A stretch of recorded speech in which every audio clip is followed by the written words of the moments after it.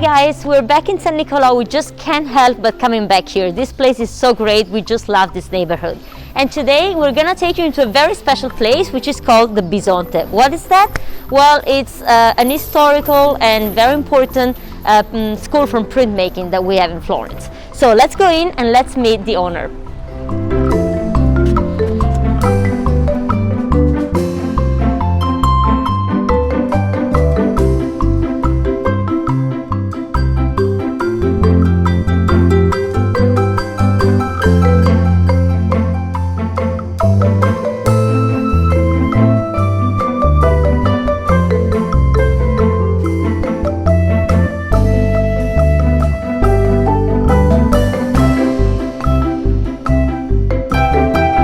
So we're ready to go meet the president of the foundation. His name is Simone and he's just all the way down here. Hey, ciao Simone, nice to meet you. Hi. How are you? Ciao. Good, thanks. How are you? Fine, thank you. Please, welcome. Thank you very much. Okay. Thanks for having us today. It's a pleasure. It's a great opportunity for us to be able to show all of this to the people that follow us. So Simone, why is this place called the Bisonte? Bisonte translates to buffalo or bison, so what does it have to do with printmaking? That's quite an interesting story. This place was open as a workshop printing lithography. So in ancient Greek, lithography means litho, stone, graphic as the sign of people, of man onto stone. So going back in history, which one of the first drawing of the man on stone? The prehistoric caves. So they decided to pick up one of the drawings from prehistoric caves. But mind me, there is not just buffaloes, there is many animals, but even people. So why Il Bisonte? That is clear if you think about the biography of the people that opened Il Bisonte. All of them were former partisans. All of them fought Second World War. All of them were anti-fascists.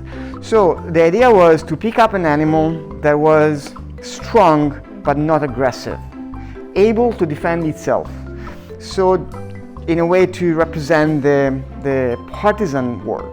So the sign of man on stone in prehistoric caves, the strong Pacific animal, that's it, that's the magic. Okay, so that makes a lot of sense now. Thank you for clarifying. This is the main room of our place. We have in this room the best lithographies we printed in our history. But let's go back to the region of this place. It was founded in 1959 by that lady over there. She was the sister of my grandfather. She was a partisan during Second World War, and she was in the group captained by a very famous art historian, Carlo Ludovico Raggianti. In that very moment, she fell in love with art. They were young and courageous, and they started working with informal artists. In this case, on the wall, we can see Emilio Scanavino. It was Florence, 1959. Florence is a very traditional figurative city nowadays, so imagine in the 59 was not really a great success. But things started getting better just with this second bunch of artists. This is Ardengo Soffici, together with Gino Severini, Alberto Magnelli, and Carlo Carrà.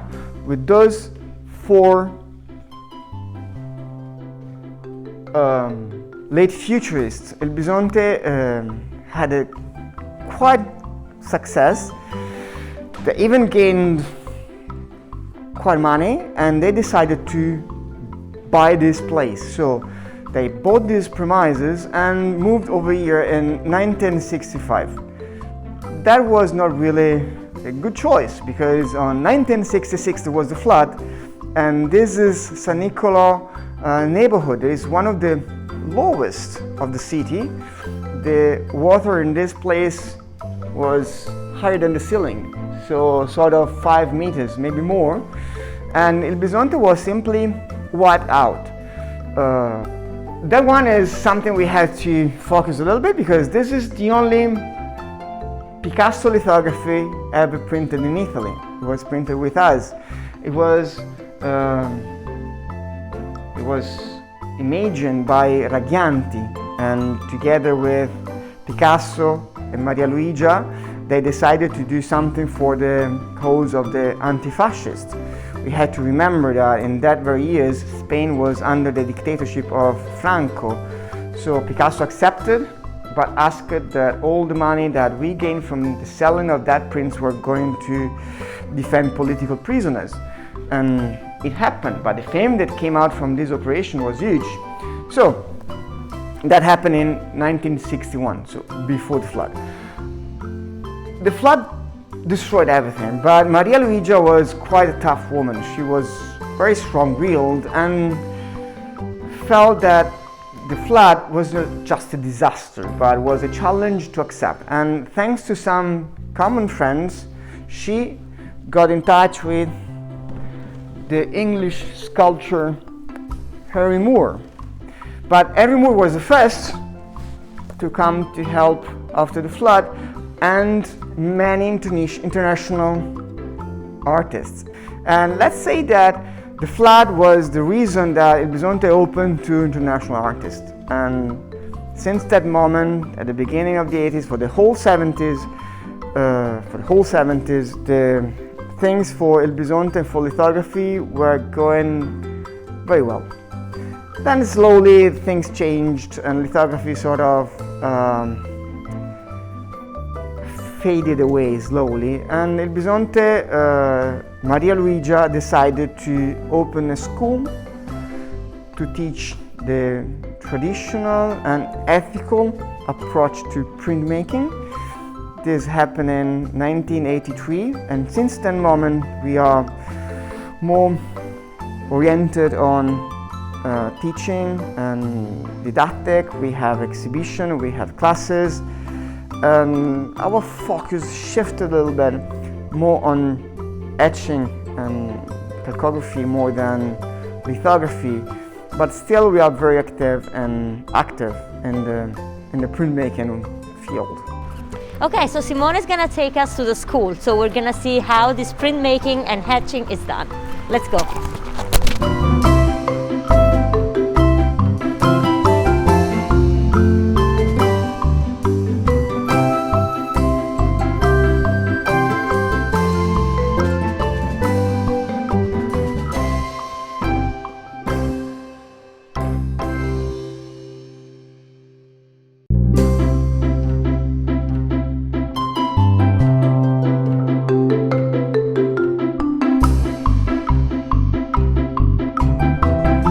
Those two presses are most interesting for us because Bisonte opened working with those two. They come from the Geographical Institute of the Army, that is in Florence.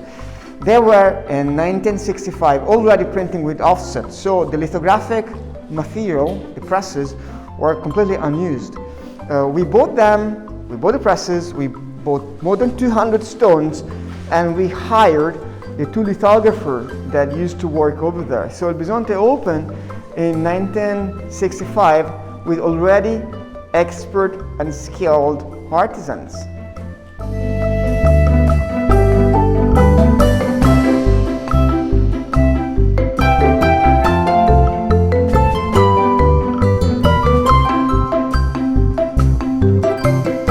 Printmaking, the point is to have one matrix, one plate on which the artist engrave, etch the drawing.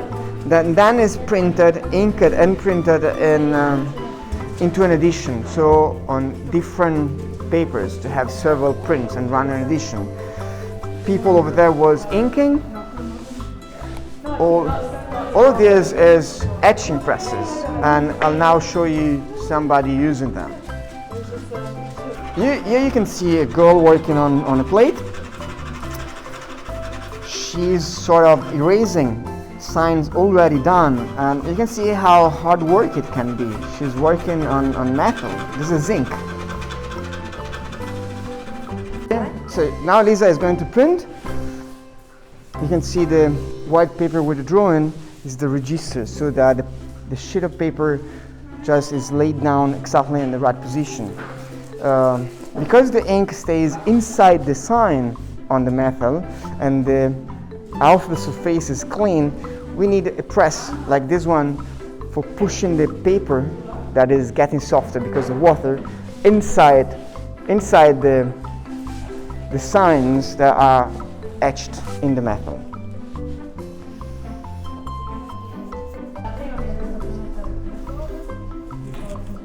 Only very expert printer and printmakers exactly know what's going to happen. For all the others is always a little bit of surprise. You can see the pressure of the press imprinted the shape of the plate on the paper. Okay, please go, Lisa.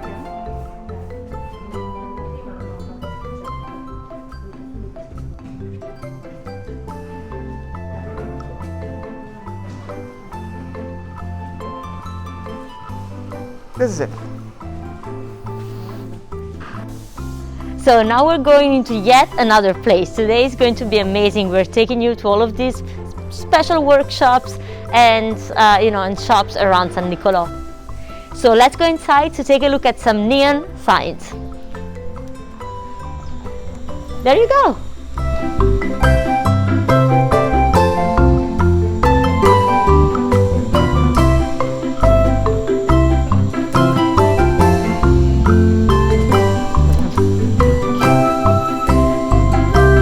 E qui ci ospita questo signore, buongiorno. Buongiorno. Come si chiama? Mauro. Bene Mauro, ci spiega un po' come funziona la sua bottega?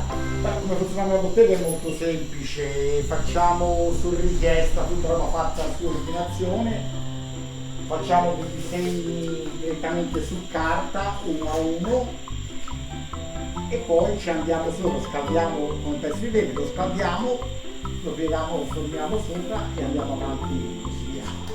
Tutto molto, se vuole vi posso far vedere come Grazie.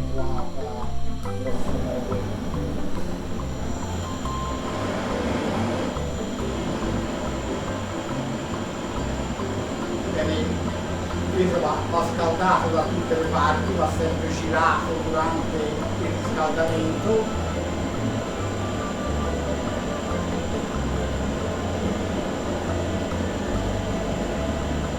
Poi quando sentiamo con le mani che è abbastanza morbido,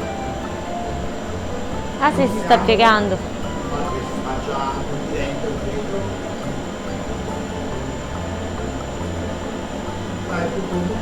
Lo vediamo e lo soffiamo No. per ridargli la larghezza. Grazie. Naturalmente ci sono vari colori di vetro, quella della gamma dei colori e quella là, e poi può fare qualsiasi forma e qualsiasi dimensione. Non c'è...